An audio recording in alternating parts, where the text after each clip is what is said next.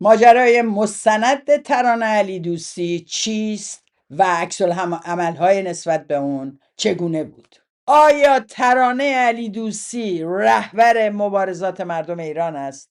آیا ترانه علی دوستی تخت پادشاهی و رهبری رضا پهلوی رو به لرزه در آورده؟ مرد هفته کیه و معیارهای داور یاسمین پهلوی برای انتخاب مرد هفته چیست؟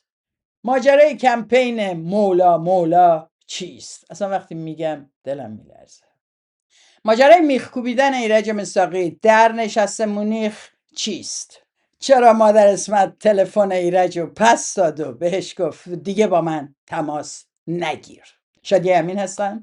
در این برنامه ولتاژ به این سوالات پاسخ میدم. در عین حال از دوستانی که برای اولین بار هست دارن برنامه ولتاژ رو میبینن میخوام که دکمه سابسکرایب رو بزنن و کانال رو سابسکرایب بشن. از دوستان دیگه ای که استطاعت مالی دارن که برای پخش ماهواره این برنامه کمک کنن تقاضا دارم که دکمه جوین رو بزنن و بنا به میل خودشون مبلغی رو ماهانه برای این امر اختصاص بدن. خوشحالم خواهید کرد و ممنون خواهم شد ازتون.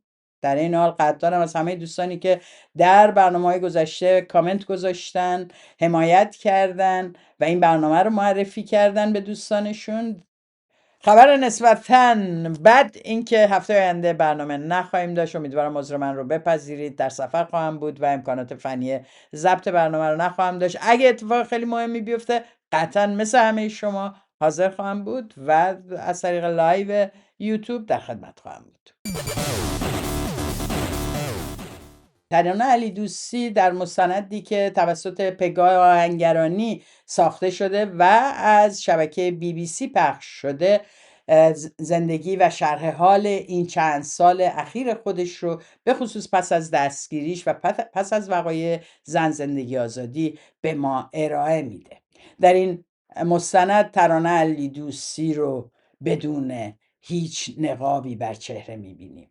آنچه که در درونش میگذره رو برای ما توضیح میده. از انقلاب و درکش از انقلاب میگه و میگه که اساساً خودش رو یک فمینیست میدونه. من واقعا نمیتونم جواب بدم به این که من کی فمینیست شدم. من هر روز یه ذره بیشتر فمینیست شدم و توضیح میده که پس از کشته شدن مهسا یک آن همه متوجه شدن که این میتونست یه دختری باشه که الان خونه ما رفت بیرون. دخترمون باشه، بچه برادرمون باشه، خواهرمون باشه، بچه خودمون باشه.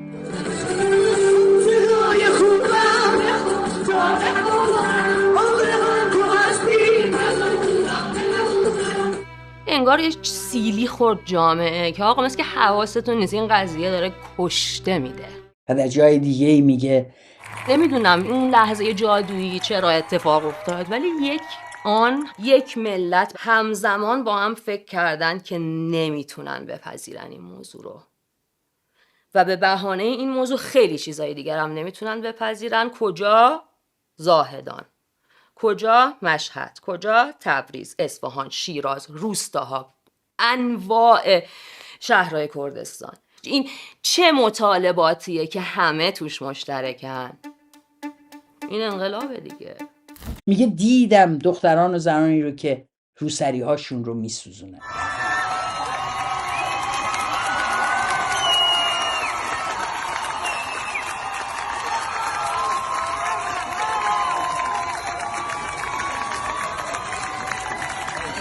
ترانه علی دوستی حضور خودش یا پیوستنش به این موج رو برای ما تصویر میکنه، اتفاقی که برای بسیاری میفته در روند انقلابات و برای ما چقدر زیبا میگه. میرسه به خونت وقتی انقلابه، خودش میاد.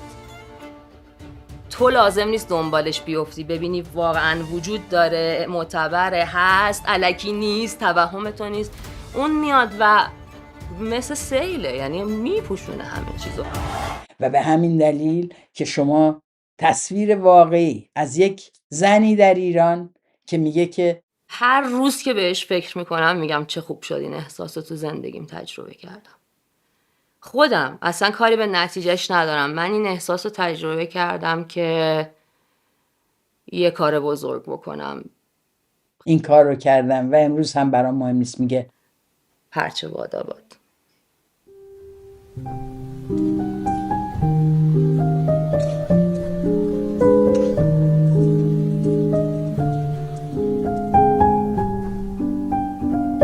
میدونه که اینها هزینه بر است در جامعه ایران. بی‌حجاب بشینی، توضیح بدی راجع به بازجویی، از مقاومتت بگی و تشویق بکنی به این ایستادگی، بی هزینه نمیمونه. او کارش رو از دست داده، ممنوع التصویر شده، بیمار شده، تمام آنچه رو که در اونجا داشته و میتونسته داشته باشه رو از دست داده، اما میخنده و میگه امروز دیگه ترسی ندارم. بی نهایت احساس امنیت میکنم. خیلی احمقانه است این حرف، میدونم، ولی احساس امنیت میکنم چون هیچی ندارم که مواظبش باشم و هیچ چیزی ندارم دیگه پنهان کنم از کسی و هیچ چیزی ندارم که از دست بره. یعنی خودم این ریختی که الان نشستم باهاتون دارم حرف میزنم، با همین لباس پریشب با دوستم بیرون بودم تو کافه، با مردم سلام علیک کردم، سلفی میگیرم باشون، هر روز اینجوریه و اونا مثل منم و من مثل اونام و من بالاخره فهمیدم مثلا مردمی بودن یعنی چی. این اون چیزیست که از درون ایران، از قلب اون جامعه، یک زن جلوی دوربین رو به جهان و نه مخفیانه و نه در فلان مهمانی یا تظاهرات و نه فقط یک بار و نه آدمی شناخته نشده، فریاد میزنه و به همکاران خودش، دوستان خودش و اون جامعه‌ای که دوستش دارن میگه اینجا میتونستم انسان بمونم و موندم. شما از خودتون بپرسید کجا ایستادید. در واقع دعوت میکنه به اینکه ببینیم آنچه که در جامعه گذشت، این همه هزینه دادیم و با ارزش بوده، دستاورد داشتیم. ترانه علیدوستی میگه که با حجاب بازی نخواهم کرد در هیچ شرایطی. این معنا داره، یعنی داره اعلام میکنه که من حاضرم هزینه بدم، حتی به سخره میگیره ممنوع کار بودنش رو. میگه برای چی اصلا باید کار کنم تو این سیستم وقتی که نمیتونیم جلوتر از مردم دیگه باشیم. چیزی که عقب از مردم که سینما نیست. من دنبال کدوم جای خالی اونجا بگردم. دقت کنید، کسایی که میگن این داره میگه همه چی خوب شد و تقلیل میده موضوع انقلاب رو به حجاب، ترانه علیدوستی میگه تا وقتی که از جامعه عقبیم سینما دیگه معنی نداره و میگه جامعه رفته جلو. دوستان عزیز، جامعه از مجموعه این سیستم، از سینماش، از وزارت ارشادش، از دستگاه امنیتیش، از دستگاه سرکوبش جلو زده، از دانشگاهش. این اون اتفاقیه که ترانه علیدوستی داره به ما میگه.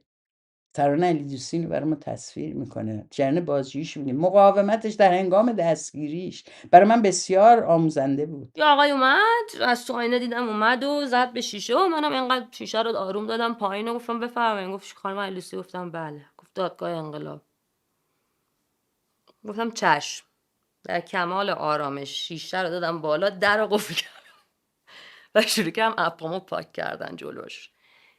دیوانه شد. خب شروع کرد به مشت زدن به شیشه، مشت میزد و میگفت به خدا میشکنم، به خدا میشکنم و من همینجوری فقط در آرامش اینو نگاه میکردم و دستام میلرزید و منتظر بودم شیشه رو بشکنه صورت منو بیاره پایین. اصلا همینجوری مونده بودم، چون اونا رو پاک کردم و اینجوری چیز شد، همینجوری مونده بودم و رفت همکارش چکش آورد در رو باز کردم. دقت کنید، در تمام این تصویر شما زنی رو میبینید که یک نظام رو داره به سخره میگیره. پخش این مصاحبه در لحظه کنونی کلی فکر ایجاد میکنه برای آدم. کسی که توی ایران نشسته و چنین روند این وقایع چند سال گذشته رو و تمام حسای جمعی که این جامعه تجربه کرده رو برای ما بازگو میکنه. روایت یک تاریخ کوتاه مدت گذشتمون رو از زبون زنی میشنویم که خودش دخیل هست و دخالتگره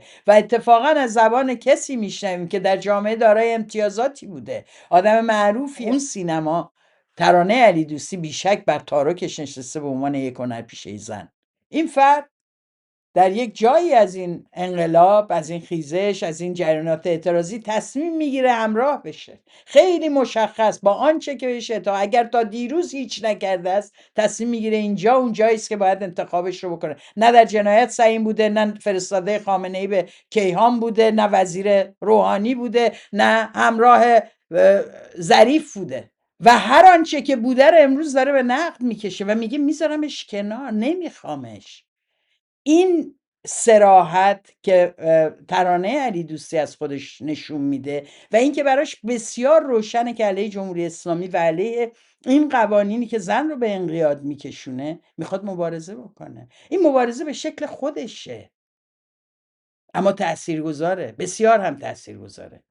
میلیون ها نفر این پیام رو شنیدند که جامعه در یک لحظه تاریخی وجدان جمعیش بیدار شد و به این مناسبات نگفت و ما بهتر از هر کسی میدونیم که این لحظه تکرار خواهد شد و این اون پیامیه که ترانه علی دوستی اونجایی به ما میگه امید داره به تکرار این لحظه که میگه دیگر در هیچ فیلمی حجاب نخواهم کرد. چنین تصمیم و چنین ارائه تصمیم در این مصاحبه با همان شکل و شمایلی که تمام مردانی که این روزها علیه او فحاشی کردن دردشون آورده، اقتدار و قدرتی که از خودش نشون میده در حضورش، این اون پیامی است که این مصاحبه به ما میده. مقاومت و مبارزه‌ای که در همه جا جاری است حتی اگر ما نمیبینیمش و قطعاً تأثیر خودش رو نشون خواهد داد زمانی که به قول ترانه اون سیل انقلاب میاد، زمانی که اون وجدان جمعی بیدار میشه، زمانی که جرقه دیگر این مردم رو به هم پیوند میده.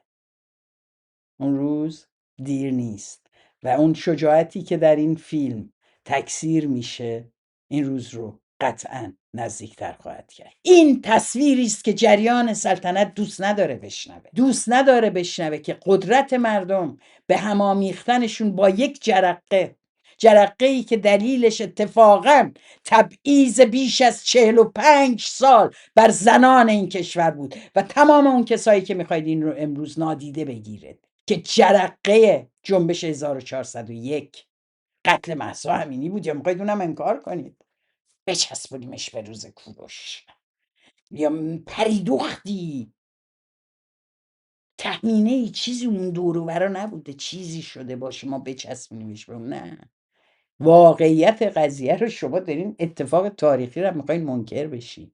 ببینید وحید بهمن چی میگه. بدونیم اصلا موضوع خود ترانه علی دوستی نیست که یه بازیگره بمانند ده‌ها و صدها و شاید هزاران هنرمند و بازیگر و بعد ایرادی که به این گفتگو گرفته میشه بر چشم حقیقت خاک پاشیدن ترانه علی دوستیه. چه جوری همه چیز رو داره هی مدام حول زنانه و مردانه میچرخونه. بابا این حرفا چیه؟ این انقلاب و خیزش و مبارزه ملی ملت ایرانه، نه زنانه است نه مردانه. این حرفا چیه؟ مدام به این موضوع فمینیستی و این حرفا. ولی ببینید رهبر اینا در اوج انقلاب زن زندگی آزادی وقتی میخواستن سوارشن روی این انقلاب، وقتی هنوز جریانات سیاسی دیگر فعالانه حضور داشتن و اینا نمیتونستن همه چی رو مصادره بکنن، ببینید راجع به این انقلاب چی میگه. من امروز به تعدادی از نمایندگان پارلمان اروپا که باشون دیدار داشتم دقیقاً این رو گفتم که در تاریخ معاصر جهان شما شاهد اولین انقلاب زنان خواهید بود در یک کشور. یعنی حرف فعالین زن و فعالین جنبش‌های اجتماعی رو ور میداره و به عنوان حرف خودش میزنه، برای اینکه میدونه که جامعه داره این حرفو میزنه و از ذهن اونا در میاد، پس اینو از آن خودش سعی میکنه بکنه. من دیدم که همون گروه های فمینیستی که مثلا خارجی که دنبال میکنم دارن میگن که اولین انقلاب فمینیستی جهان داره در مومنتوم بعد از قتل مهسا امینی اتفاق میفته. ولی وقتی دیدن که میتونن با تخریب، میتونن با انحصارگرایی، میتونن با یه دولت خارجی اعمال قدرت بکنن، ارعاب ایجاد بکنن، امروز هر کسی راجع به این چیزا حرف بزنه مجددا اینا شمشیرشون رو از رو میکشن علیهش. البته یادمون نره یاسمین معتقد بود آقای رضا پهلوی فمینیسترین مرد جهانه. اینجا رو گوش بدین. من فکر کنم که یه فمینیست بیشتر از هر فمینیستی همسر منه. بهش بگین حالا بگو، بنویس، استوری کن. اینا پوست انداختن. وحید بهمن اما فقط از این ناراحت نیست. مسئله ملت ایران، مبارزه ملت ایران ملیه و اساس و بنیان جمهوری اسلامی، چون رفتن جمهوری اسلامی یعنی حل شدن مسائل و مشکلات ملت ایران به طور اتوماتیک، از جمله حجاب، از جمله قانون خانواده، از جمله مسئله زنان. شیادی پیشه می شود وقتی که میان همه چیز رو حول زنانه، مردانه، حجاب، فمینیسم. ببینید چقدر عصبانی‌اند. چرا شما هر صدایی از داخل کشور در میاد عصبانیتون میکنه؟ چرا نرگس محمدی و ترانه علی دوستی به یک میزان شما رو خشمگین میکنن؟ چرا شنیدن نام سپیده قلیان و زنان زندانی شما رو عصبانی میکنه؟ چرا؟ دلیل این هم دوستان عزیز اینه که اونها آنچه رو که اینها میخوان، یعنی پیروی از پیشوا رو نمیپذیرن. اینا علنا میگن که اینها انقلاب ملی ما رو به یک انقلاب زنانه دارن تقلیل میدن. انقلاب ملی ملت ایران به هیچ عنوان زنانه نیست، صرفا مردانه نیست. مگه حموم زنانه مردانه داشته باشه؟ زنانه رو هم یه جوری میگن حموم زنانه و توالت زنانه که شما فکر کنید فقط اونجا رو زنانه‌شو داریم. هیچ جلسه زنانه ای نداریم، هیچ کنفرانس زنانه ای نداریم، هیچ تظاهرات زنانه ای نداریم، هیچ ادبیات زنانه ای نداریم، هیچ قهرمان زنی نداریم، هیچ کشف زنانه و کتاب ها و نوشته هایی نداریم که زنان تولید که اساسا واژه زنان رو بر نمیتابن مگر در قوانین به عنوان زیردست و کسانی که باید تمکین بکنن به مردان. حالا این مردان چه در قالب رهبر چه در قالب شوهر، چه فرقی داره؟ رهبر شوهر اجوری ما یه مردی باید ازش حمایت کنیم. تبلیغ شما اینه و این زنها شکستن اینو. و اون یکی ما با فمینیست بودن مشکلی نداریم، ولی وقتی تبدیل میشه به عدم برابری بین جنسیت‌ها باش مشکل داریم. بحث بر سر اینه که این برابری به طور واقعی وجود ندارد. این برابری به طور واقعی وجود ندارد. نمیبینی چشتو واکن. البته مردی نمیفهمی وقتی که راجع به این نابر چون امتیاز داری نمیخواین راجع به این چیزا زیاد حرف زده شه. امر جدیدی نیست برای ما. انتظار نداریم شما با یک مصاحبه ترانه علی دوستی و شنیدین آدم شین و بفهمین که چی گذشته بر این جامعه تو این سالها، وقتی نیمی از جمعیت این کشور حق انتخاب یه سری رشته‌ها رو نداشته، حق انتخاب پوششش رو نداشته، ارث نابرابر داشته با برادر خودش، وقتی حق طلاق نداشته، وقتی حق انتخاب همسر نداشته، وقتی و در 8 سالگی 9 سالگی 7 سالگی میتونستن شوهرش بده. شما کجا وایستادین که اومدین میگین زنونه مردونه نکنین؟ همینجور تاج میزنین اینجاتون رو میشینین زنونه مردونه نکنین. محصول برای چی گرفتن؟ ژینا امینی برای چی کشته شد؟ چی رو زنونه مردونه نکنیم؟ ترانه علی دوستی چون حجاب برداشت و زن زندگی آزادی رو گرفت دستش معنا پیدا میکنه عملش و شما نمیفهمین در جامعه‌ای که برداشتن حجاب جرمه چگونه این زنان تونستن بردارن و همتون به دروغ دارید تبلیغ میکنید که جمهوری اسلامی حجاب رو شل کرد، جمهوری اسلامی حجاب رو آزاد کرد و به این قانع نباشیم و دروغ میگید که میگید آزاد کرد. هیچ جایی جمهوری اسلامی دوستان عزیز نه حجاب رو آزاد کرده نه شل کرده. هر جا تونسته جلوش وایستاده، اما دیگر نمیتواند همه جا و همه گونه جلوش بایسته. تعداد از حد دستگیری یک روز خارج شده. با قتل ژینا روح جمعی جامعه خراش خورد و مشترکاً این درد رو بیدار کرد و بلندش کرد. مشترکاً اومد تو خیابون. بله، کسایی که میگن مگه فقط زنا تو خیابون بودن، کی اینو گفته؟ ترانه علی دوستی داره در همین مصاحبهش میگه شروع کردن اعدام کردن. محسن شکاری رو اعدام کردن.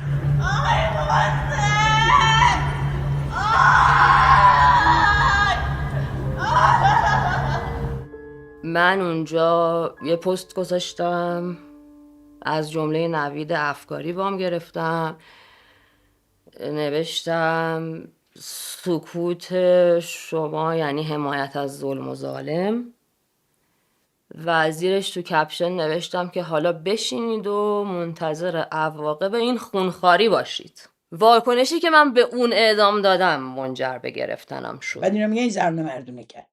از مردان چی خیانت بشینید بابا، تحمل داشته باشید. ببینید ما چقدر تحمل داریم که دائم کراواتا و چهره‌های کریه شما رو داریم میبینیم، ولی میدونیم که این بخش صداش وقتی بلند بشه مثل موج، همونطور که ترانه میگه، میریزه و همه چی رو میشوره میبره و اون موج داره میاد و اینا دارن میبینن اینو. ببینید این یارو هومن خلیلی، اینم یکی دیگه از این، واقعا یعنی اینا یه حوزه سیاست رو کردن حوزه مثل در واقع حیات مرسه است، این اینو بزنه، این لاتبازی داره، اون سینه اونو فشار بده، هم مدعی.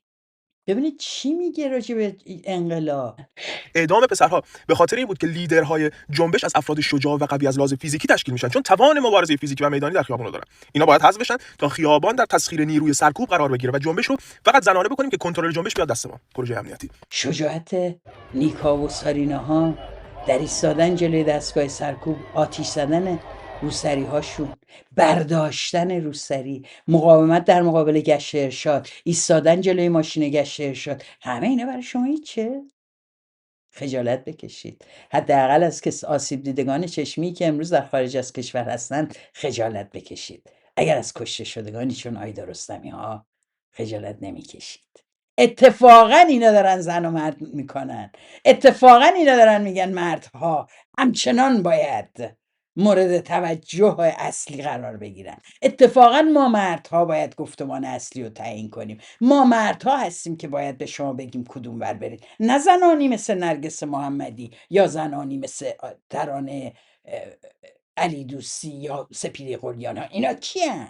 همه اینا من جمله اون ساسان آقاییشون که ببینید چی نوشته. بخشی از آنچه که محمد رضا پهلوی داده بود به اینا تو سینی بهشون تقدیم کرده بود، حالا اومدن خلاصه زنان ایرانو میگه. اینا فکر میکنن که اول محمد رضا پهلوی تقدیم کرده بود. محمد رضا پهلوی دوستان عزیز به زن خودش احترام تقدیم نکرد. وقتی خبرنگار ازش پرسید که بالاخره شما زنتو کردین نایب سلطنه، آیا معتقد این زنها شعور دارن منزه مردا یا نه؟ رسما گفت نه. So you don't feel that women are, in that sense, equal, that they have the same intelligence or ability? Not so far. Maybe you will become in the future. بعد اینا به ما میگن اون تقدیم کرد. مثلا زنای ایران همه واقعا توهینی که میکنید به زنان آن نسل و به زنان نسل‌های بعدی و به زنان امروز همه رو در بر میگیره. برید خاطرات مهناز افخمی رو بخونید، مال زمان شاه. ببینید چگونه زنانی مبارزه کردن در کف جامعه تا همون رژیم شاه. تا چجوری تشکل‌های زنان رو در تمام انجمن‌های زنان رو در تمام سراسر کشور چجوری ممنوع کردن و اجازه فعالیت بهشون ندادن و خودشون اون سازمان زنان رو زدن و سرش گذاشتن اشرف پهلوی رو. نه تنها حق داشتن تشکل‌های مستقل رو نداشتن، بلکه برگزاری 8 مارس به صورت مستقل از سوی زنان ممنوع بوده. فکر می‌کنی همینجوری زنان تو این مملکت تونستن دارای حق و حقوقی بشن؟ اگه اقدام نمی‌کردن، اگر نامه‌نگاری نمی‌کردن، اگه تظاهرات نمی‌کردن، اگه انجمن نمی‌زدن و این همه تلاش نمی‌کردن، راه همینجوری باز نبوده ها. برید بخونید. همه ما می‌دونیم که در حیطه اجتماعی و شخصی زنان در زمان شاه به دستاوردهایی رسیده بودن. همه رو حاکمیت بهشون دو دستی نداده، چون اگه حاکمیت چنان متواضع بود که چنین دو دستی بدهد، اینقدر ما با تشکل‌های زنان، با مبارزان زنی که علیه سلطنت بلند شدن مواجه نمی‌شدیم. علیرغم تمام تبلیغاتی که اینا شروع کردن علیه ترانه علی دوستی، اینکه رانتی اینه، حتی به رسمیت نشناختن این رو که یک جنایت در حق او رخ داده، موضوع بیماریش پس از زندان رو به رسمیت اصلا. یه واکنش خودایمنی در من فعال شده که خاموش نمیشه. توضیح میده، میگه پوست انداختم، تمام قیافم عوض شده بود، بیمار شدم، همه چی مو از دست دادم و میگه ولی عاملیت منو ازم نمیتونن بگیرن. اینا باید در واقع داره تمام مدت هم از انقلاب حرف میزنه، از یک خیزشی که میاد و همه چی رو میشوره میبره و بعد اینا ولکن نیستن، هی میگن اصلاح طلبه. چرا؟ برای اینکه نیومده و میگن باید تعیین تکلیف کنه با 57 و بگید رهبر شاهزاده است، هیچ چیز دیگه هم وجود نیست. یعنی ترانه علی دوستی گناهش اینه که بیعت نکرده با بیت رضا پهلوی و اینو از تمام گفتارش میفهمیم، از اینکه از مردم داره دائم حرف میزنه، از مردم که باشون داره زندگی میکنه و البته خودش هم تو ایران نشسته و واقف به اوضاع و نیازی به یه رهبر از واشنگتن قطعا نداره. برای همینه که نگرانی اینا دقیقا از پیدا شدن هر اسمی در جامعه است که قدرت ایجاد همبستگی، امید و یک گفتمان نوینی داشته باشه، حتی اگه خودش رو رهبر انقلاب ندونه ها، حتی اگه اصلا همچین قصدی هم نداشته باشه که در یک مبارزه سیاسی آنچنانی بخواد وارد بشه. اینا از این که ببینن از دل مردم کسایی میان. ببینید ترانه علی دوستی میگه من مثل مردمم، میرم تو خیابون باشون سلفی میگیرم، عکس میگیرم، میبینمشون، یه جزی از اونا. اینا از این ناراحتن. برای اینکه یک رابطه انسانی است، نه ارباب و رعیتی. کسی جلوش زانو نمیزنه کفششو ببوسه یا دستشو بگیره بماله به چشم بیمار که خوب بشه. اینا از این میترسن، از این رابطه انسانی که مردم تجربهش میکنن، میگن از خودشون میتونه اتفاقات بزرگ و رقم بزنه، میتونه تصمیمات بزرگ بگیره، میتونه تصمیم بگیره و بگه من هیچی ندارم که از دست بدم، هرچه بادا باد. و یک بار تو زندگی میخوام جایی که فکر میکنم درسته، علیرغم همه هزینه هاش بیستم، دستاوردهامم همه سینمایی بوده، دیگه مهم نیست، میخوام در جای دیگری شاید دستاوردی داشته. این دستاوردهای انسانی رو برجسته میکنه، همه رو به صفر میگیرن تا بتونن آلترناتیوشون رو بالا نگه دارن. این مشکل جدی جریان سلطنته، چون رضا پهلوی رو دیگه نمیشه با هلیوم بالا نگه داشت، سرد شده. اوایل شورش بیشتر بود، الان منتظر یه قدرت خارجی. این روزهای انتظار رو هوادارانش دارن با تخریب بر علیه این و اون فعلا پر میکنن. نوید محبی کسی که قبلا با نفتی بود و مدتی دیگه با اونا حالا به دلایلی معلوم نیست بیرونش کردن یا خودش رفته یا هر چیز دیگه یا جای دیگه شغل دیگه بهش دادن، با نفتی دیگه کار نمیکنه، به عنوان پژوهشگر مستقل در نوشتن کتاب اون پروژه شکوفایی نقش داشت. که دلیل حملات به ترانه علی دوستی این هست که اون میخواد رهبر بشه. طرف بحثش بهش میگه که کسی نخواسته از این رهبر بسازه. چطور؟ میگه میره یه توییتی میاره، میگه میخوان از این محبوبیت ازش در بیارن و اینو محبوبش کنن و رهبرش کنن. ببینید اینا در واقع استرس دائم دارن به سر میبرن که نکنه یکی معروف شه، نکنه یکی محبوب شه و دائم دارن هر جا نشانه های از این قضیه ببینن، به ویژه از فعالین داخل و به ویژه زنان و به ویژه جوانان میزنن. من این به ویژه هایی که گفتم نه اینکه بقیه امنن، نه، نوید محبی اعتراف میکنه که ما میترسیم از اینکه کسی بخواهد رهبر بشود. پس انتخابات یعنی اینکه کاندیدای چند کاندید باید با هم رقابت کنن. شما اصلا نمیذارین کسی صداش در بیاد. شاهزاده ما داریم دیگه، چرا باید به این کسای دیگه هم گوش بدیم؟ ما یکی رو داریم. چقدر دیگه واقعا شما مفلوک شدین به معنی واقعی کلمه. یعنی این چیزی که دارین به جامعه یاد میدین باعث تأسفه. شما همصدا با جمهوری اسلامی دارید اینا رو تخریب میکنید. اگر جمهوری اسلامی زندان و توپ و تانک و مسلسل داره، شما دنیای سایبری و رسانه دارید و دارید همزمان با جمهوری اسلامی، اتفاقا با سیاستی که این وظیفه رو داده به خارج از کشوری‌ها که علیه اونا بنویسن، علیه فعالین بنویسن، همکاری بسیار خوبی است. خجسته باش. من استرس اینا رو میفهمم. البته اینا از همه چی استرس میگیرن و وقتی استرس میگیرن اگه مسلح باشن ممکنه از اسلحه استفاده کنن.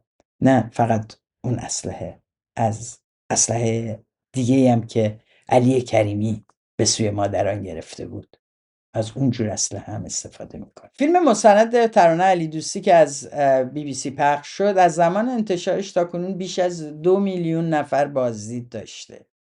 اینم به اینا استرس میده. یعنی بالاتر از همه رقم هایی که اینها میتونن تصور بکنن که یک مصاحبه رضا پهلوی دیدش ظرف 48 ساعت هم این استرسشون رو بالا برده. در طی روزهای آتی از حضور با سلطنت طلبان در مکانهای بسته خودداری کنید. عصبانی هستن. اینا فکر کردن مردم ایرانو میتونن هر طرفی ببرن. هی هم میگن عظمت دارن، تاریخ دارن، جلال دارن، ولی خودشون باور ندارن که اون مردم یک چیز دارن که در تمام دهه‌های گذشته باعث انقلاب مشروطه، باعث انقلاب 57 و بسیاری تحولات درون ایران بوده، قیام‌ها و شورش‌ها و اعتراضات تمام دهه‌های گذشته، و اون هم عدالت خواهی در بین این مردم، و اونو نمیتونن ساکت کنن و شما هم نمیتونین منحرفش کنین. و اتفاقا همونه که باعث میشه شما شانسی نداشته باشین که با یک روند طبیعی تو این کشور بتونید قدرت بگیرید. من میخوام بگم که این فیلم حتما میتونست این مستند بهتر بشه، ولی این مستند آنچه که ندارد شعار، دروغ و بزرگنمایی است. آنچه که ندارد شخصیت سازی است. تبریک میگم به ترانه علیدوستی برای این حضور شجاعانش و همینطور پگاه هنگریانی برای ایده و سوژه‌ای که انتخاب کرد و من بسیار لذت بردم و یاد گرفتم. مرد هفته کسی نیست جز علی کریمی. این انتخاب رو اما کی کرده؟ یاسمین پهلوی، ملکه آینده ایران.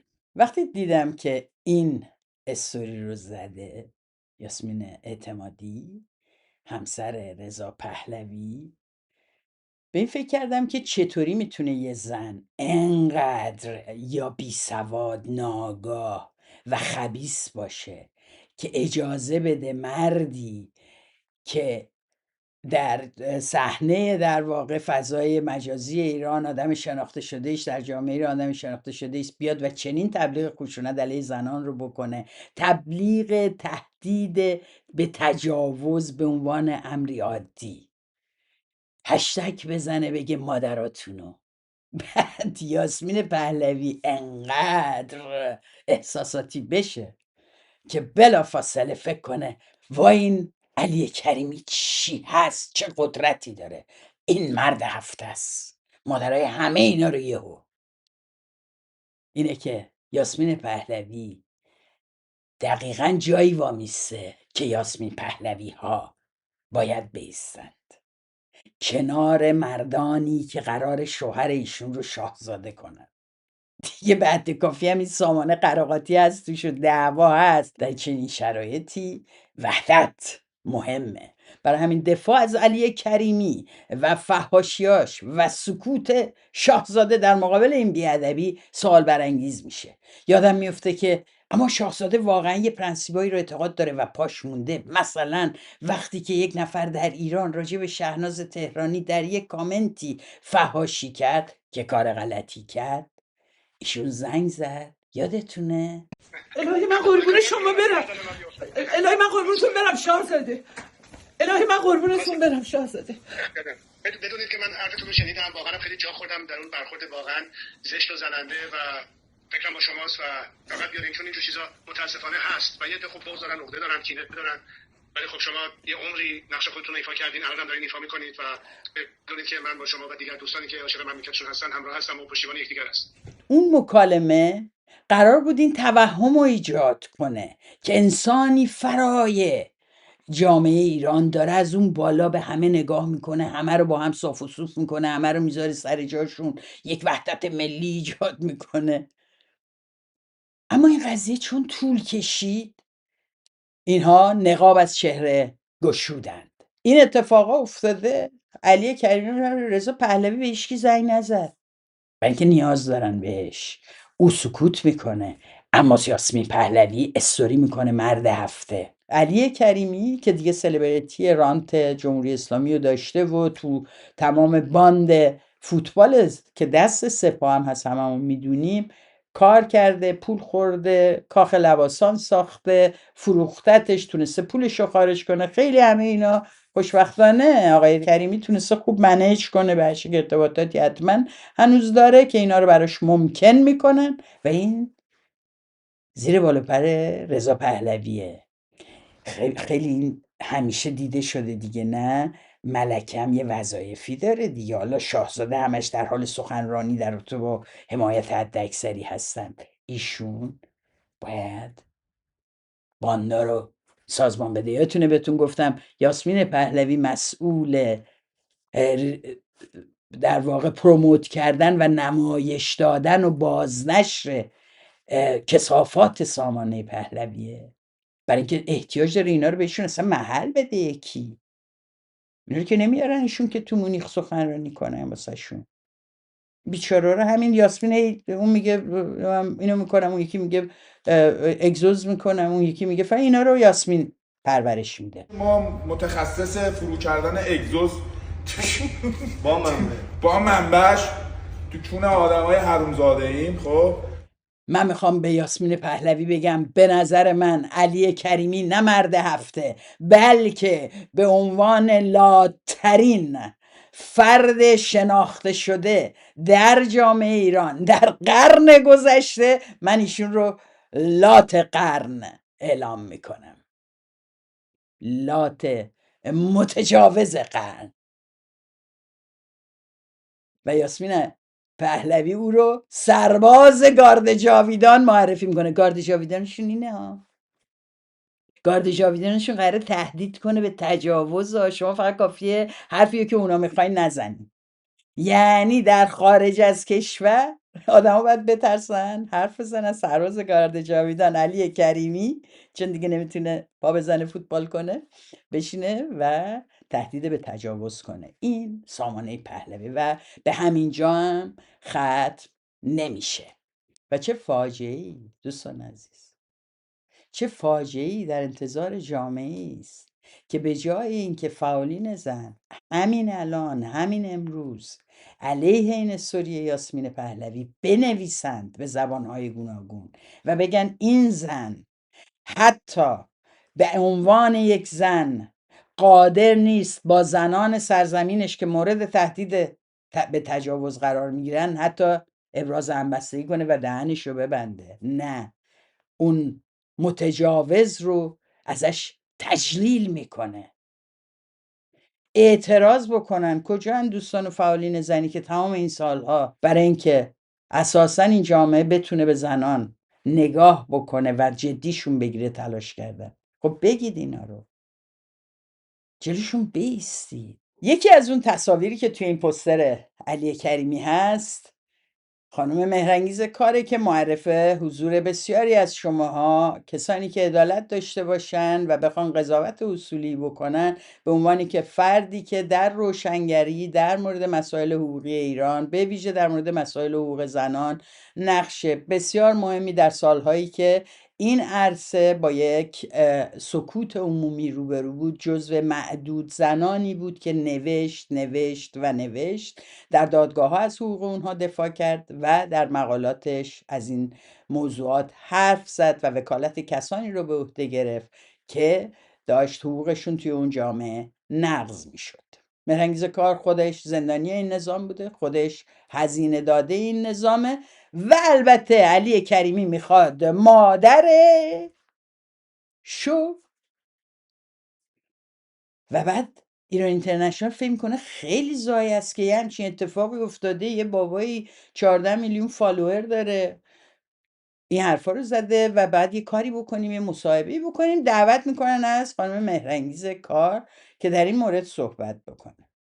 خانم مهرانگیز کار بسیار با قدرت شروع میکنه راجع به موضوع حرف زدن. البته که مجری برنامه اونقدر شهامت نداره که بگه علی کریمی مادر کسانی رو که در این تصویر هستن رو تهدید به تجاوز کرده با فحاشی و هشتگ مادرتون رو با هم. شماری از فعالان مدنی و سیاسی و مخالفان جمهوری اسلامی از حملات لفظی اخیر علی کریمی به بخشی از اپوزیسیون انتقاد کردند. علی کریمی بازیکن پیشین تیم ملی فوتبال ایران به تازگی در شبکه‌های اجتماعی مخالفان شاهزاده رضا پهلوی رو خائن خونده و در شبکه اجتماعی اینستاگرام اظهار نظری از هیچکس رپر ایرانی رو علیه بخش دیگری از اپوزیسیون جمهوری اسلامی بازنشر کرده که با واکنش‌های گسترده روبرو شده. نه آقای فرداد فرزاد، تهدید به تجاوز کرده، یعنی کسانی رو که آمادگی انجامش رو دارن بسیج کرده. بفهمید چه اتفاقی افتاده، بفهمید چگونه داره در واقع از یک سری موضوعاتی که به لحاظ اخلاقی مرز روابط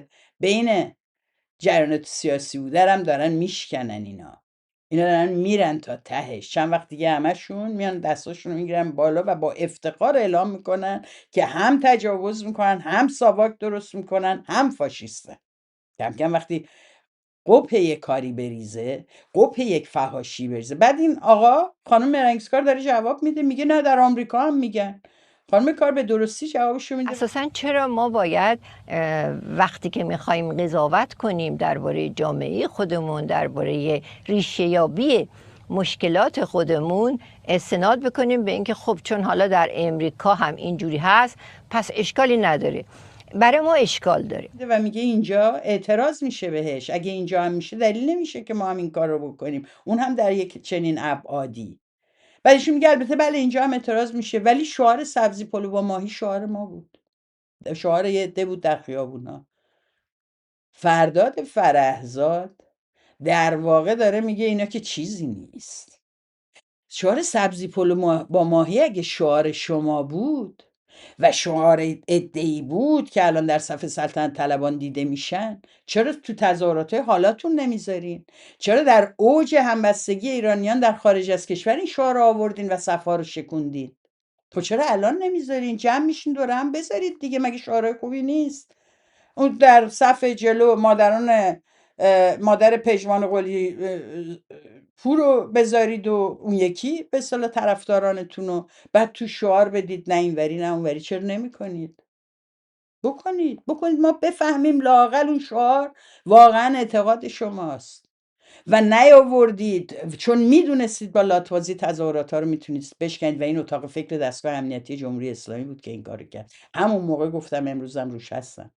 این شعار نه از دل مردم نه از هیچ جای دیگه، از هر جایی اومده باشه شعاری بود که کار دستگاه فکر اطلاعات امنیتی بود و سلطنت طلبان مسئول اجراش. فرداد فرهزاد در جایی که خانم مهرانگیز کار در پایان ببینید چجوری داره بحثشو به درستی جمع‌بندی میکنه و میره فرهنگی و که اساساً چنین نوع درگیری مردانه و آلت محور و متجاوزی رو تشویق میکنه رو نشون میده. یادتون باشه که این گفتمان، این جور لجن پراکنی رو ما از فضای واقعی در واقع میبینیم که وارد فضای مجازی شده. ما همه اینا رو مدیون آقای حسین شریعت مداری هستیم، مدیر مسئول روزنامه کیهان. بحث داغ و مهمیه، میخوام بیشتر باهاتون در این مورد صحبت کنم ولی متاسفانه فرصتمون به پایان رسیده. مهرانگیز کار، حقوقدان از واشنگتن. به محض اینکه به اینجا میرسه فرداد فرهزاد تو گوشش میگن قطعش کن و در کمال بی‌ادبی و بدون اینکه هیچ توجیهی داشته باشه این مصاحبه به پایان میرسه. آخرش هم میگه البته دوست دارم باهاتون تو موقعیت دیگه ای صحبت کنم اما وقتمون تمومه.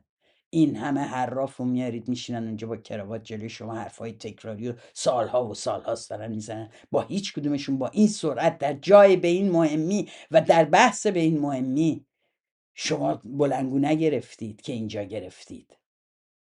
شرم کنید از این میزان بردگیتون به یک نظام و فکر دیکتاتوری شرم کنید. حتی اگر بپذیریم که کمبود وقت باعث شد، شما میتونستین بگین جمله آخرتون خانم مهرانگیز کار 30 ثانیه وقت دارید، کاری که با اکثر قریب به اتفاق مهمانان مردتون تا حالا کردید، یا سر موضوعات دیگه اگه قراره از شاهزاده دفاع کنن یا از علی کریمی دفاع کنن. ترس شما این بود که یک موقع کشیده نشه به سامانه، در صورتی که خانم کار خیلی روشن داشت ریشه های فرهنگی این قضیه رو میگفت. میخواد تو سامانه باشه، میخواد تو جای دیگه باید نقد بشه. این روش ها باید برای همیشه برچیده بشه. اما فقط این نیست.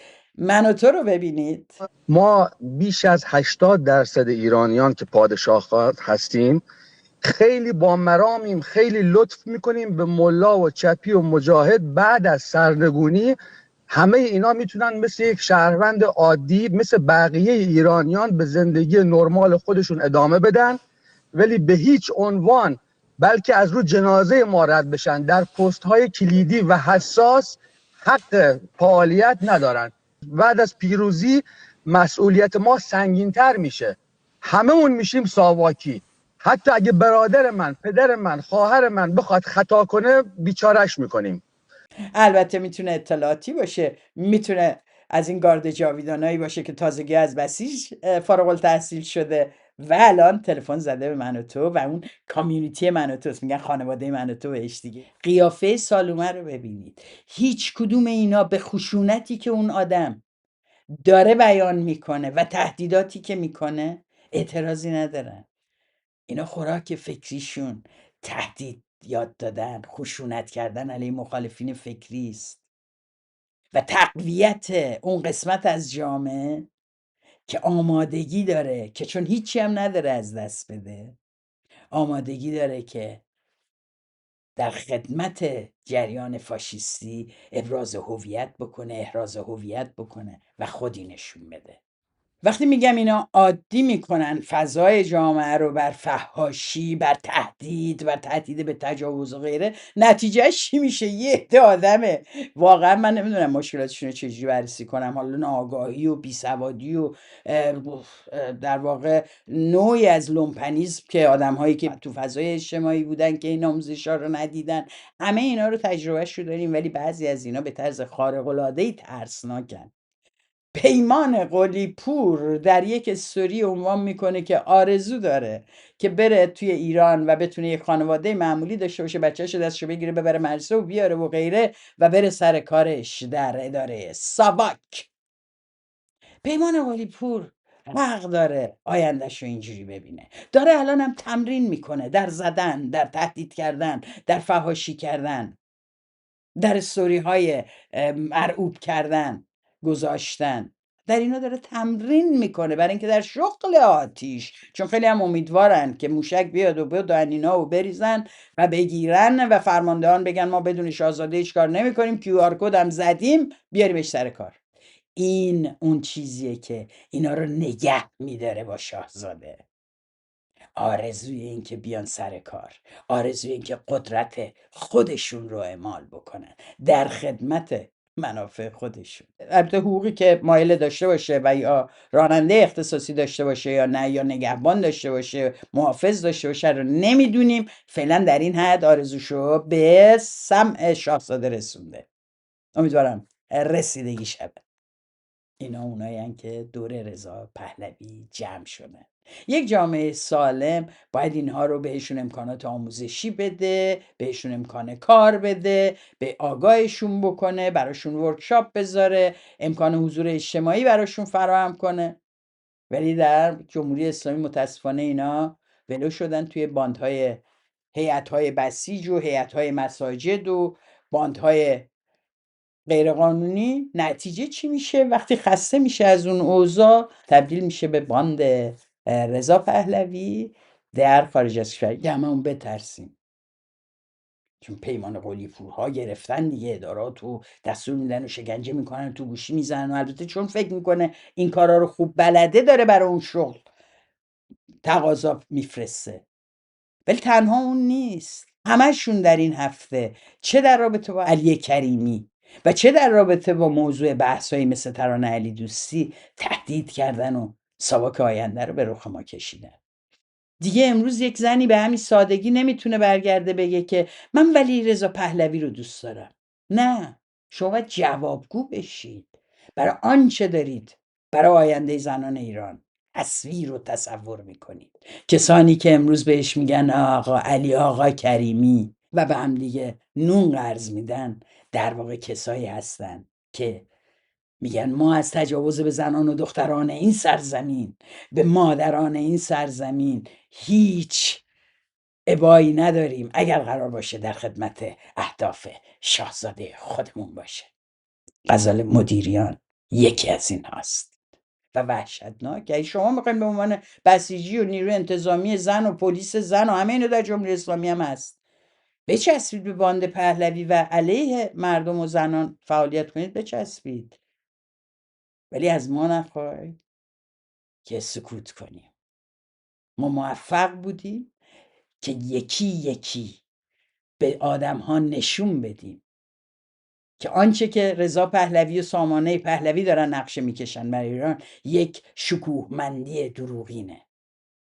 آنچه که به آرزوها و خوشبختی های مردم برمیگرده به نظر میاد اصلا برای این سامانه پشیزی ارزش نداره.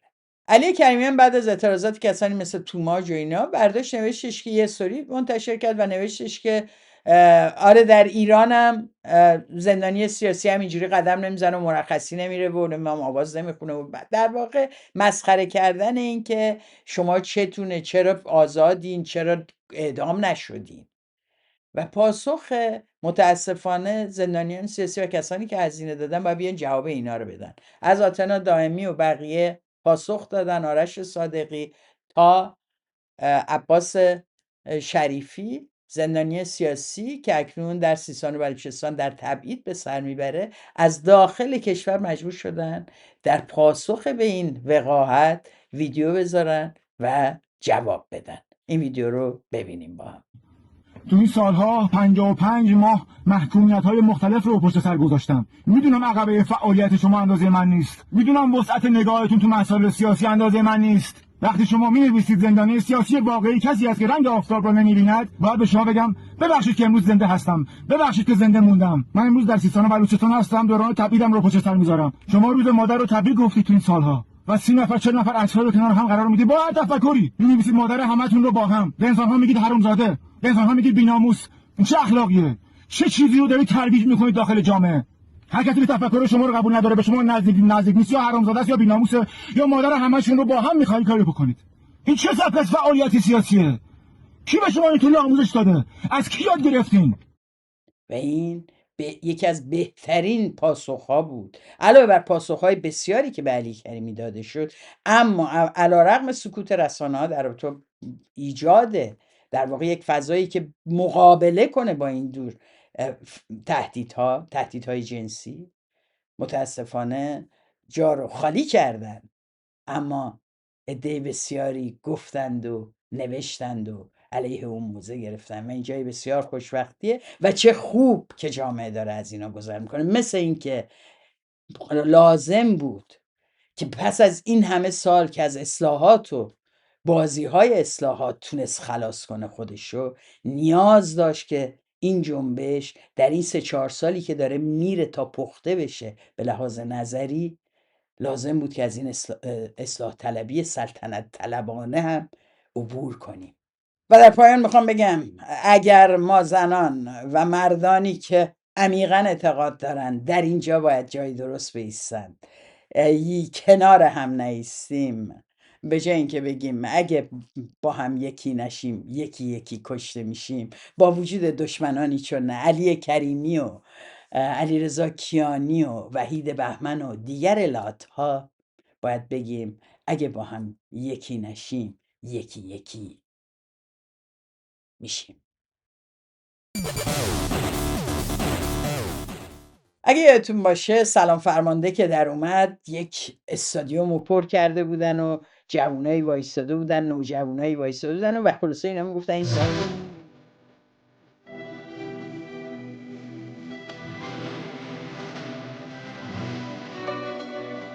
حالا سلطنت طلبها اومدن یه چالشی درست کردن و با این شروع میشه که یکی لم داده، یکی نشسته، خیلی همه شاد، میگن اگه ازم بپرسن مرید کدوم حضرتی، بعد صحنه عوض میشه و تصاویر رضا پهلوی و باباش و بابا بزرگش و همه خانواده ردیف میاد، یعنی مرید این حضرتم و با پس زمینه مولا مولا.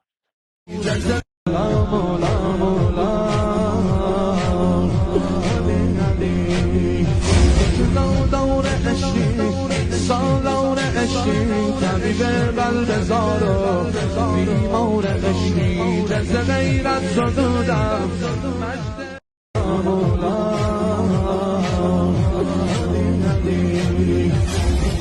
دور عشقی سالار عشقی طبیب بلدزار و بیمار عشقی جز غیرت زدودم. من وقتی میرسه به رضا پهلوی، چون این میدونین که استوری یاسمین پهلویه. یاسمین پهلوی این کمپین رو داشت پیش میبرد، کارش همین کاراست دیگه، بدون هیچ سمتی در هیچ جایی، نشسته فقط تو اینستاگرام همین کارو میکنه. این مبارزه، این زن نمونه اینه. خب این زن نمونه اینا رو استوری میکرد. در واقع داره به جای مولا علی و مولا علی خامنه ای و اینا داره تبلیغ مولا رضا پهلوی میکنه. من یه جایش واقعا فکر کردم اوکی، شاید مولای یاسمین پهلوی رضا پهلوی باشه، میخواد بگه مرادمی، من تو رو دوست دارم، تو مراد منی. اینا این کار اینها دوستان عزیز اولا نشون میده که به لحاظ فرهنگی تفاوت ماهوی با اینا ندارن. شیوه های بسیجشون شیوه های استفاده از عقب مانده ترین روحیه توی جامعه است. یعنی ابزار سرکوب این جامعه رو که در این 46 سال گذشته مذهب بوده رو اینا به کار میگیرن برای تبلیغات خودشون، به کار میگیرن فردا برای سرکوب. تعجب نکنید اگه بهایی هم زدن اینها. لازم باشه به اون عقب موندگی اجتماعی ما تکیه بکنیم میکنیم. مگه الان در روابط زن و مرد این کارو نکردیم؟ وقتی علی کریمی فوش میده میگه مادرتون رو هشتک میزنه، ما هیچی بهش نمیگیم، ما به اون بخش جامعه امنیت میدیم. مردان متجاوز میتونن مطمئن باشن در سامانه پهلوی جا دارن. این مولا هم داره میگه آی بسیجیان، آی اونایی که بدون مسجد نمیتونید بگذرونید، در تمام نماز جمعه حضور دارید و به خاطر خدا حاضرید همسایتون رو لو بدید، شما رو ما در نظر داریم، حواسمون به شما هم هست. ببین ما به شما هم قدرت میدیم، شما هم در سامانه ما امنیت داریم و این امنیت حقوق بشری نیست، امنیت استفاده ابزاریه. یعنی ما از شما استفادهمون رو میکنیم، به شما امنیت میدیم. بیا در خدمت سیستم سرکوب من، چی کارت دارم؟ بگو به جای اینکه الان تا دیروز میگفتی مراد و مولای من علی خامنه ای و تصویرشو پخش میکردی تو شبکه‌های اجتماعی، از این به بعد جاش اینو بذار، رضا پهلوی، محمد رضا پهلوی، اون یکی. آنچه که این کمپین مولا تبلیغ میکنه منو یاد یک جمله از گورینگ میندازه، هرمن گورینگ که نفر دوم حزب نازی آلمان بود، نفر دست راست هیتلر بود. painter, not a very good soldier, yet was worshipped and revered. He made us feel German again. How? First of all, I'd seen Germany crushed. And along comes a man who says, we can reclaim our former glory. Would you not follow a man like this? Depends what else you wanted to do. ازش میپرسه چجوری تو که تونستی انقدر این آدم رو دوست داشته باشی، این آدم که یه نقاش ورشکسته بود و آدم بیورزه‌ای بودش، چجوری شما اینو یهو کردینش پیشوا و دنبالش رفتین؟ میگه هیتلر به ما حس آلمانی شدن داد، به ما حس بازگشت شکوهمندانه به آلمان با شکوه داد. روانشناسی که داره باهاش حرف میزنه بهش میگه و شما دنبالش رفتین بدون اینکه بدونین چه چیزای دیگه‌ای میخواد. و این منو امیدوار میکنه که نسل امروز یاد بگیره بپرسه و کنارش چی میخواد رضا پهلوی. اگه میخواد ما رو برگردونه به شکوه ایرانی و به ما حس ایرانی شدن و سنت داشتن بده، در کنارش چی میخواد؟ و اونجاست که فرق پیروی کورکورانه، اطاعت از جنایت، حتی وقتی که شیفته شدی و پیشوایی ساختی، اونجا خطریه که بیخ گوشه همه ماست.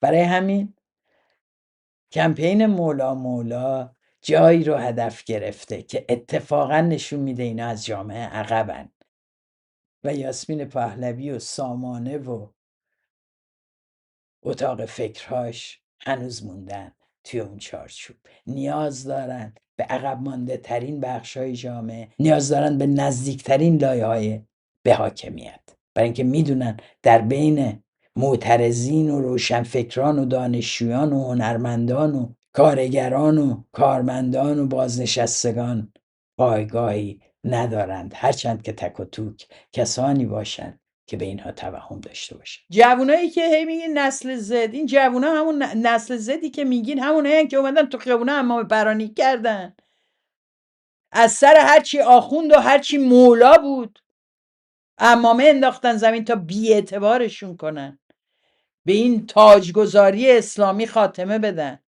بعد شما اومدین با مولا میخواین اینا رو جمعشون بکنین. این نسل نه شما رو میپذیره نه آنهایی رو که امروز سر کارن.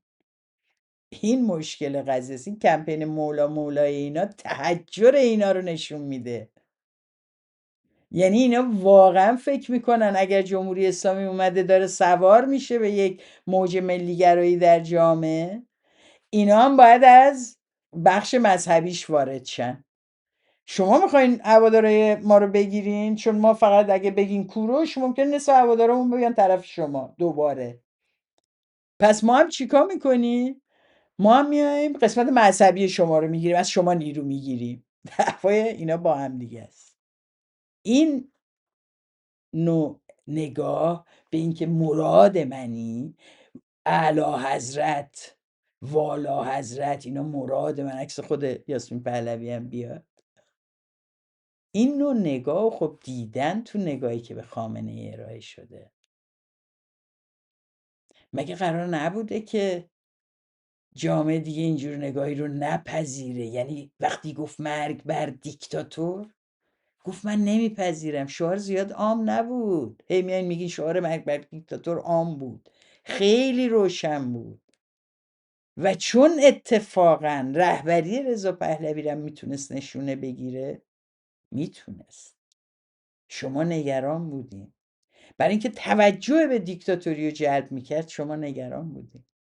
ولی شعار مرگ بر دیکتاتور همچنان اون شعاریه که دقیقاً به این کمپین مولا میگه نه، تو خود اون کشور با همون دستگاه انتظامی و امنیتیش به شما هم نه خواهد گفت. گذر از سلطنت طلبی، گذر از بنبست رضا پهلوی دقیقاً در عبور از درونش ممکنه و دقیقاً داره این اتفاق امروز رخ میده. داریم میشناسیمش، داریم میبینیمش، داریم کالبد شکافیش میکنیم و این فرصتیه که این جنبش رو گام ها به جلو برده. و میدونیم که اگر آمریکا و اسرائیل به کمک سامانه پهلوی نیان، مردم میتونن از پهلوی و این دوره نیز عبور بکنن، همچنان که از اصلاحات و بسیاری فریب‌ها و گرایشات دیگه در طی این سالها عبور کردن. سرنگونی جمهوری اسلامی بدون پهلوی و بدون حمایت ارتش خارجی ممکن است. اما اگر بخوان دخالت بکنن، این اتفاق با وقوع جنگ مجدد طی هفته‌ها یا ماه‌های آینده میتونه به وقوع بپیونده. ممکنه شب عید رو انتخاب بکنن یا هر چیز دیگه‌ای. میبایستی آماده باشیم. ما در هر دو حالت، چه بخوایم مستقل از این اتفاقات اقدام بکنیم، چه در صورت بروز چنین اتفاقاتی بخوایم اقدام بکنیم برای سرنگونی جمهوری اسلامی، باید از امروز برای هر دو حالت راه حل داشته باشیم. پیدا کردن این راه حل جز با گپ و بحث های جمعی شما تو دستجات و گروه های مورد اطمینان ممکن نیست. برای اقدام و اجرای تمام این کارها وقت بسیار کمه. این اقدام از همین امروز و از همین الان از سوی همه ما ضروری است. اسمت وطن پرست معروف به مادر اسمت اخیراً در چند روز گذشته ویدیویی منتشر کرده و در اون برای همیشه با ایرج مصداقی قطع رابطه کرده. خداحافظ ایرج، نمیخوام ببینمت، نه اجازه داری دیگه اسم من بیاری، تلفونت هم میندازن دور، تلفون من بندا دور، من هیچ کاری به تو دیگه ندارم. مادر اسمت ما کیست؟ برای کسانی که نمیشناسن بگم مادر اسمت یکی از مادران دادخواه دهه 60 است که دو دخترش اعظم و جلیله صیادی در جهرم در دهه 60 اعدام شدن. همچنین سه برادرش محمود، منوچهر و علیه وطن پرست نیز توسط جمهوری اسلامی اعدام شدند. همچنین دامادش و برادران دامادش توسط جمهوری اسلامی اعدام شدند. اکثر این افراد از اعضا و وابستگان به سازمان مجاهدین خلق ایران در اون دوره بودند و همینطور خواهرزادش که یک بچه 11 ساله بود رو اعدام کردن. این و ایرج مصداقی با او پس از در واقع آشنایی با او در روند ایران تریبونال با هم خیلی نزدیک میشن. در یک دوره هایی میبینیم که ایرج مصداقی هر جا میره این مادر اسمت رو با خودش میبره و در همه جا در کنار او حضور پیدا میکنه تا یک سر و گردن خودش رو بلندتر نشون بده. تحولات ایرج مصداقی رو که همتون میدونین، از اون آدم دموکرات لیبرال با چپ میگشت، امتیاز میگرفت، در اومد و تبدیل شد به یک سلطنت طلب دو آتشه و در یک روندی میبینیم که مادر اسمت هم همین مواضع داره، البته در کنار دخترش، و اینها از پهلوی دفاع میکنند و به هر شکل به عنوان یک تیم در مونیخ حضور پیدا کرد. در نشست دوم مونیخ ایرج مصداقی رو صحنه رفت. البته ایرج مصداقی اونجا تنها نبود، سحر تحویلی و مادر اسمت رو هم با خودش از استکهلم برده بود. البته جای راضی خانم خالی بود اونجا، همسر ایرج مصداقی هستن، ایشون فعال سیاسی، ولی یقین دارم خیلیاتون نمیشناسین. به هر شکل در این حضور ایرج مصداقی در مونیخ مادر اسمت رو صدا میکنه روی سن. اون صحنه برای همتون حتما دوستانی که دیدن به یاد دارن. و البته من نمیدونم چرا وقتی مادر اسمت رفت بالا این جمعیت شعار نداد مرگ بر سفاسد ملا چپی مجاهد که نشون بده مادر اسمت اگر اینها سر کار بودن هم با بچه های شما و داماد و برادرانتان همان میکردن که پاسدارا در جهرم کردن.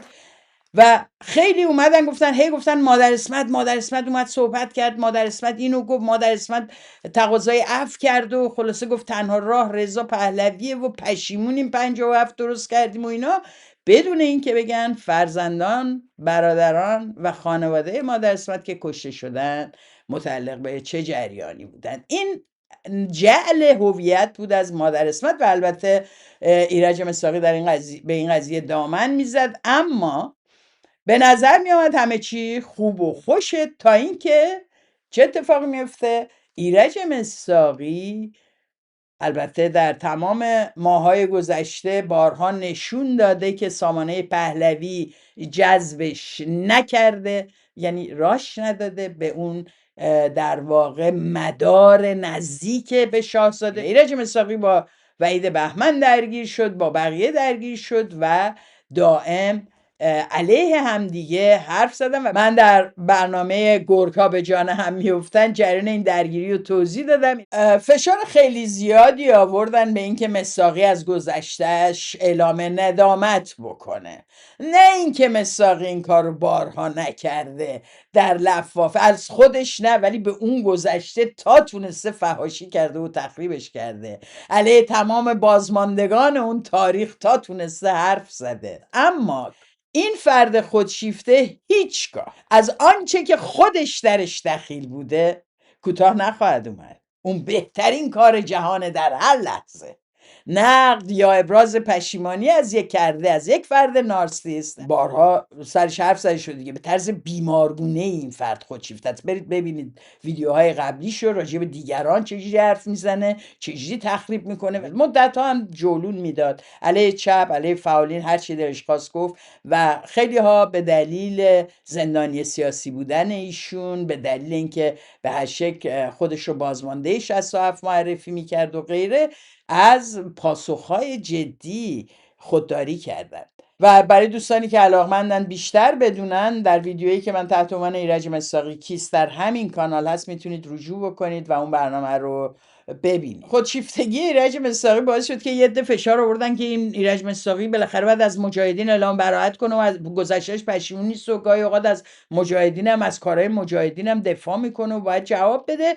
و اون مرتضی اسماعیل پور هم که نگران درآمدشه مواظب بود که یه موقع مشتریاشو از دست نده. برای همین اومدش گفتش که آقای مصداقی این سوالا رو از شما دارن و اینا و جوابتون به اینا چیه. مصداقی هم بهش برخورد، گفت اولا من از اون گذشتم دفاع میکنم، من تو کنفدراسیون بودم، من درسمو ول کردم برای انقلاب 57 رفتم ایران و اگه اعتقاد نشم که نرفتم. و در جای دیگه هم گفته بود که 2 اتفاق در سال 57 افتاده، خودش رو راست میگه. یکی این که سلطنت رو مردم سرنگون کردن و دومیش اینی که انقلاب رو بوده شد و جمهوری اسلامی اومد، یا رأی بهش دادن حالا یا ندادن.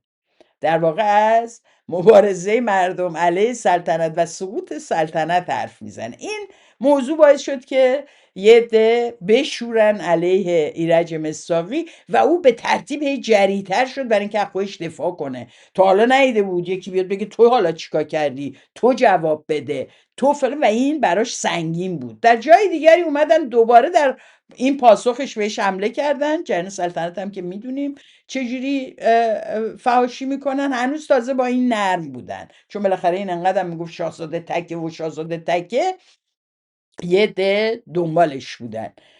اومدش گفتش که رضا شاه هم حالا تریاکش که قطعا مصرفش رفت بالا، شاید مشروبات الکلی، ولی رضا شاه دق کرد. بعد در جای دیگه‌ای هم عنوان کرد که باید بیان جواب بدن که چگونه در حیات زندان اوین، در تپه های اوین 9 زندانی اعدام میشن و تا امروز معلوم نیست جریانش چیه. خب این حرفا ظاهراً به نظر میاد برخیش حرفای خیلی آوانگاردیه. نه، ایرج مصداقی هر جا که باشه سهم خواهه. میگید نه؟ سندشو میارم. یه چند لحظه‌ای با من باشید سندشو زنده براتون میارم. بعد از این حرفایی که ایرج مصداقی با خیال راحت در کنار مرتضی اسماعیل پور در این برنامه‌های ساعت‌هایی که در هفته میذارن و تکرار میکنن خودشون رو، در این گفتگوهایی که داشته با خیال راحت نشسته بود و داشت حرفاشو میزد و غافل از این که اون ور قضیه همینجوری آزادی بیان قبول نداره شما بشین اونجا نظر دیگه ای داشته باشی، در این مورد و اون مورد نقد داشته باشی. اونا دارن نقشه میکشن که چجوری بزنن. اینه سامان رضا پهلوی، یعنی این مکتب پهلویسم، یعنی ویدیو مادر اسمت یا اسمت وطن پرست در تو همین موضوع، یعنی پاسخ به ایرج مصداقی است. او هم این آزادی بیان و ابراز نظر رو برای مصداقی قائل نیست. او میگه چرا داری علیه رضا خان، خودش هم میگه رضا خان، حالا خوبه نگفت رضا قلدر، چرا علیه رضا خان گفتی تریاکیه؟ تو واقعا میفهمی داری چه میگی؟ مرد حسابی، تو رضاخان رو زیر سوال بردی. رضاخان بزرگ، شاهنشاه ایران، ایران ساز، کی میتونه این حرفا بزنه بهش که تو زدی؟ اومدی گفتی تریاکی بود. این بابا میگه بابا در اسناد وزارت امور خارجه انگلیس اومده که این تریاک میکشیده، اومده که تقاضای اضافه حقوق از دولت انگلیس کرده. رضا همون رضا روحت شد از دولت انگلیس تقاضا کرده حقوقمو اضافه کنین، حقوق میدادن بهش. این حقایق تاریخی رو حتی از درون خودشون کسی که نشون داده بارها و بارها که با پرنسیپ های این سامانه همراه هست حتی نمیتونه حرف بزنه. جرأت داری حرف بزنی ایرج مصداقی؟ همون بلایی که دادن تمام این مدت سر بقیه می آوردین داره سر خودت میاد. حالا میفهمی کم گفتی علیه مجاهدین، بیشتر میخواستن. انقدر مشغول و محو تعریف از شاهزاده و خودت بودی دیگه نشد. انقدر داشتی میگفتی انقدر کتاب نوشتم، اینو کردم، من حمید نوریو گرفتم، من این کار کردم، بیام ببینم کی کرده. یادت رفت اینا اصلا نمیخوان کسی مطرح شه، کسی بیاد چیزی از کاراش بگه. همون چیزایی که گفتی مسیح زدی یادته راجب حامد اسماعیلی چی میگفتی، همینا رو دارن راجبت میگن. این بار از دهان کسی که تو جوری کنارش وایستاده بودی انگار مادرته و اونم یه جوری رفتار میکرد انگار عهد و پیمان مادر پسری شما با هم دارین. اومده راحت میگه اصلا نمیخوام دیگه ببینمت، فقط برای اینکه گفتی رضا تریاکی. باورتون میشه؟ دموکراسی و آزادی بیان و نهادینه کردن این درک درون خودمون معنیش همینه که بتونیم بپذیریم دور و بریامون میتونن نظرات دیگه ای داشته باشن، با ما دوست باشن، فامیل ما باشن، مادامی که در جنایتی سهیم نیستن یا آزادی کس دیگه ای رو سلب نمیکنه. این مادر اسمت چند تا نکته میگه که نمیتونم ازش بگذرم و بهش اشاره نکنم. اولیش این نکته است که بسیار مصمم هست که نشون بده که ایرج مصداقی از پلش رفته بالا. احتمالاً ایرج مصداقی هم ادعاش اینه که مادر اسمت از پله اون رفته بالا. دست در نکنه، مرسی، خیلی ممنون. این حماقت من بود که پله برقی تو شدم. خانم اسمت وطن پرست میگه که ایرج یادته گفتی به من که داشتیم تو فرودگاه میرفتیم با سر تحویلی، منظورشه ایرج مصداقی، میخواستم بگم بهت که تو اما سوء استفاده کردی. یادت میاد تو فرودگاه 3 بار به من گفتی بیو من مادر تو صدا میکنم، بیو احساساتت بگو تا من میخوام بکوبم. من نمیخوام برم به کسی دست بزنم و بیام، میخوام خودم میخوام بکوبم. حالا دست بزنمش هم یه جوری میگه نمیدونیم برای کسی دست بزنه یا به کسی دست بزنه یا دست بزنه، نمیدونم. من واقعا نمیدونم ایرج مصداقی در چه طیفی میگرده و با چه کسانی رابطه داره، ولی به نظر میاد فضای اون جلسه رو خوب دستش بوده. اونجا همه میرن که دست بزنن و برگردن. حالا چه دست بزنن چه دست بزنن. به من بعدا نگین شادی همین گفت، نه، اینو مادر اسمت میگه از قول ایرج مصداقی و میگه من تو رو اونجا صدا میکنم بیا بالای سن احساساتتو بگو تا من میخمو بکوبم. ایرج مصداقی رفته بوده توی این جلسه که میخشو بکوبه. خیلی هم خوشحال بود، یادتونه خیلی کیف میکرد اونجا، واقعا تونسته بود بره اونجا و سخنرانی کنه و البته بعدش زیاد تحویلش نگرفتن و امروز مادر اسمت بهش گفت برو گم شو و به حرفات فکر کن و تلفن منم بنداز دور، دیگه هم نمیخوام ببینمت، نه با تو کاری دارم. و من احمق بودم که پله برقی تو شدم برای اینکه بری بالا میخه تو بکوبی. ایرج مصداقی یه بار دیگه رو دوش خانواده‌های زندانیان سیاسی، رو دوش خواهرانی که برادرانشون اعدام شدن و این نقش برادر برای اونا بازی میکنه، کمک مالی میگیره، پول چاپ کتابی میگیره. این بار هم مادر اسمت بود که ایشون قرار بود به عنوان پسر دادخواه او را دنبال خودش هر جا میخواد ببره و امروز مادر اسمت تصمیم گرفت طرف بخش قدرتمندتر بیسته، هر که هست نزدیکتر به مدار رهبر فرقه. به این دلیلیه که خانم اسمت وطن پرست چنین ویدیویی رو علیه ایرج مصداقی میده و با استقبال طیف سلطنت طلب روبرو میشه. ایرج مصداقی تلفن منم بنداز دور، دیگه باهات کاری ندارم. وضعت خیلی خرابتر از اونه که فکرشو میکنی. ممنونم که تا این لحظه برنامه رو با من بودین. اگه برنامه رو دوست داشتین لایک و کامنت یادتون نره و این باعث میشه که یوتیوب هم این برنامه رو به عده بیشتری معرفی بکنه. میخوام بگم که خیلی متاسفم که در برنامه گذشته نتونستم به کامنت ها بپردازم. این برنامه هم طولانی خواهد شد، مجبورم کمی در واقع صرفه‌جویی بکنم در وقت. به همین دلیل ممکنه که از طرح یک کامنت خودداری بکنم. در این حال بگم کامنت ها بسیار خوبه، بسیاریش واقعا به لحاظ محتوایی، به لحاظ نگاه و نقدی که میکنن، این نقد چه تایید مواضعی باشه که عنوان شده، چه نقد این مواضع بشه، برای من بسیار خوشحال کننده است و نشون میده که مخاطبین برنامه ولتاژ مخاطبینی هستن که اهل فکر کردن هستن، اهل پرسشگری هستن و یا این امر رو دارن ترویج و تبلیغ میکنم و من بسیار خوشحالم از این موضوع و دلم میخواد که همچنان پرسشگر و منتقد باقی بمانید همه جا و همیشه. در عین حال ازتون میخوام که برنامه رو برای دوستان آشنایانتون بفرستین و مثل همیشه ولتاژ رو دوست داشته باشین.